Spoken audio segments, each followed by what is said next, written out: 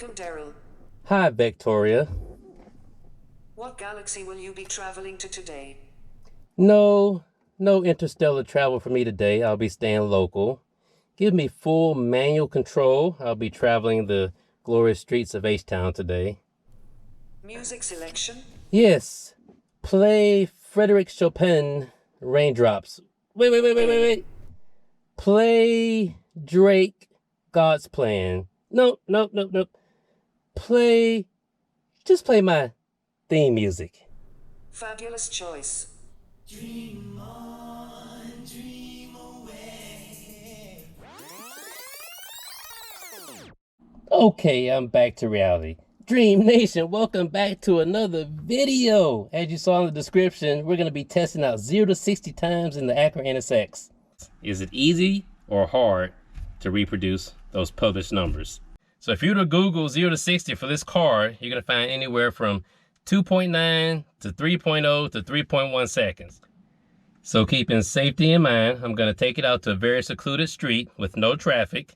We're going to test out the 0 to 60 times in quiet mode versus sport plus mode versus track mode and see what we get.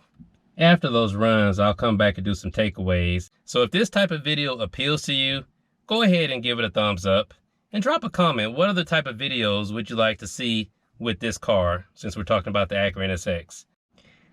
And last but not least, go ahead and smash that red subscribe button, guys. I really appreciate your support.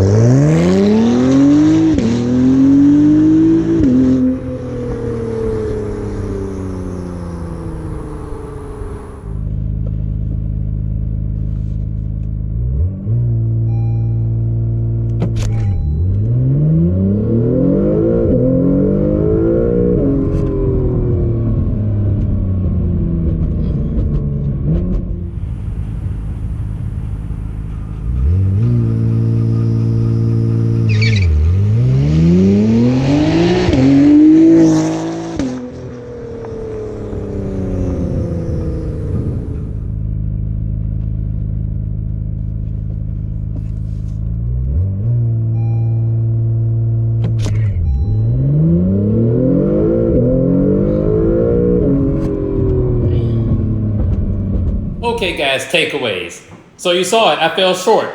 Almost a whole second difference from the published 0 to 60 time. Am I surprised? Not really, because what they do is under perfect conditions, okay? Am I surprised? No. I probably lost 1 or 2 tenths of a second trying to overlay the stopwatch, matched up perfectly with the actual video.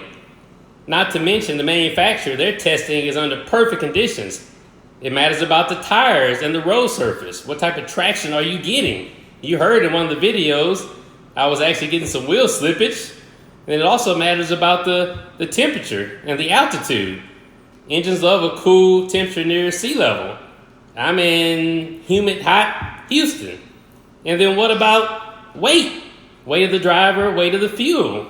A full tank of fuel adds about an extra 200 pounds.